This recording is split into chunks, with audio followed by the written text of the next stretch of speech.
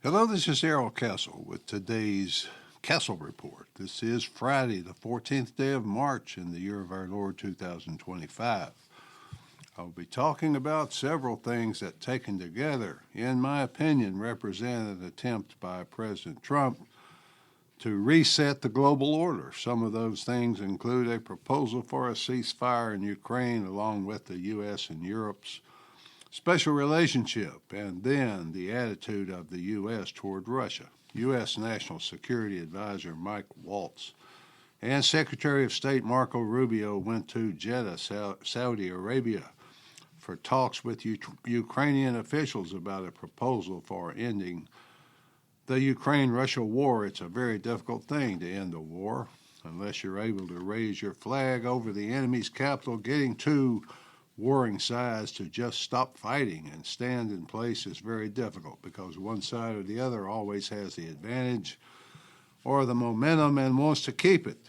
This particular peace conference was apparently brokered by the Saudis, who had several representatives in attendance. One important party missing from the meeting was Russia, which will obviously have to be on board if the ceasefire has any chance of working. Ukraine agreed to the discussions and quickly agreed to the deal when Zelensky's visit to the Oval Office didn't go so well and Trump cut off aid and intelligence information to Ukraine. Without that intelligence, including targeting information, Ukraine could not prosecute the war.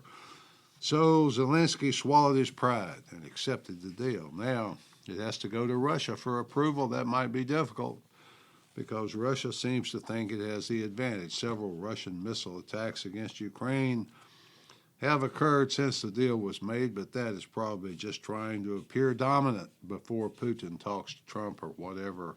However, that turns out to be the ceasefire proposal, set to last for 30 days as a way to start negotiations to end the war. Again, it's difficult because both sides think they've won, or at least they should win. And winners expect to dictate terms, not to negotiate with losers. Trump's attitude has been to let Zelensky know that the U.S. billions were going to stop flowing, and it is therefore in his best interest to make the best deal possible. That deal will not include NATO membership or a U.S. guarantee of security for Ukraine. At least I hope it doesn't. Why couldn't Europe just admit Ukraine to NATO on its own? Well, no, it can't do that because admitting new members has to be unanimous. Rubio was quoted as saying that Ukraine has to be ready to do difficult things, and Russia would also have to make difficult decisions. When asked what those difficult decisions were, he said both sides would have to conclude that the conflict could not be resolved by military means. Rubio said that the president wants the war to end. Ukraine has accepted that premise, and we hope Russians will accept it as well. My interpretation of that diplomat speak is that Ukraine will have to permanently concede the eastern Russian-speaking provinces, along with Crimea, to Russia. Who will maintain this proposed ceasefire? I'm not sure, folks, but I hope it's not the USA, as it maintains one in Korea already. No, that would be very unacceptable, and I hope that Trump would not go along with it. Yesterday, in advance of any U.S.-Russia meeting, Putin rejected the ceasefire as proposed without, quote, substantial changes. He said he wanted the root cause of the conflict eliminated, but he did not say what he thinks the root cause is.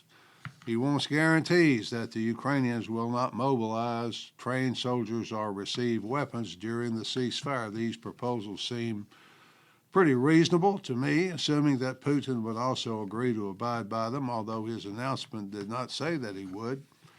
He made the announcement just as the American envoy Steve Witkoff was arriving in Moscow, so perhaps Mr. Putin thinks Trump's eagerness to stop the war, his impatience with Zelensky, gives him, Putin that is, an advantage.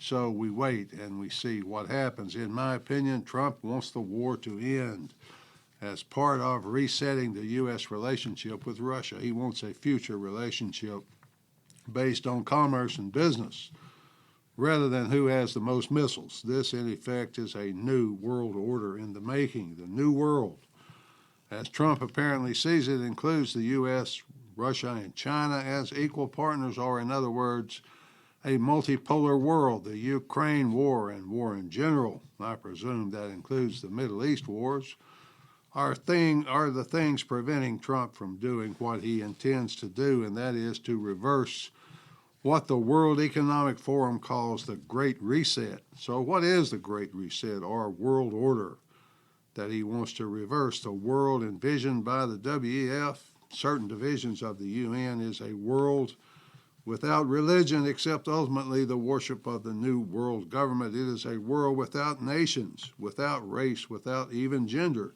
It's a world where we, the inhabitants of planet Earth, are just an amorphous blob with no identity, and we are loyal to nothing because nothing matters enough to be loyal to it. It is a world where we eat what the new overlords allow us to eat. We live on the tiny 15-minute city plot to which we are confined. We will not dislike our new lives because everything our overlords think we need will be provided to us. We own nothing, and we like it.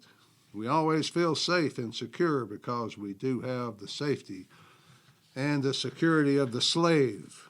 The average person in the U.S. and in Europe might not see the new world exactly as I do, exactly as I just defined it, but they do see it.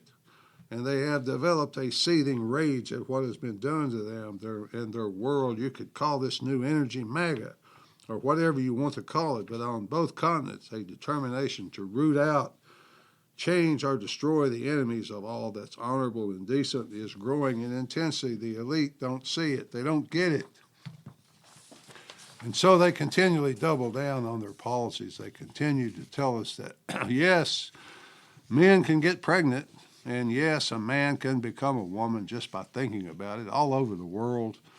Mr. and Ms. Average understand that globalist efforts to steer us into their global prisons are terrifying, but obvious. They're obvious.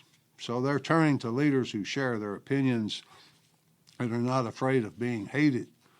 The other side, and in America, that's the Democrat side, doesn't seem to see the change that is coming. If you're an alcoholic or a drug addict, you probably know that your actions are going to kill you eventually if you don't stop, but you can't or you won't stop.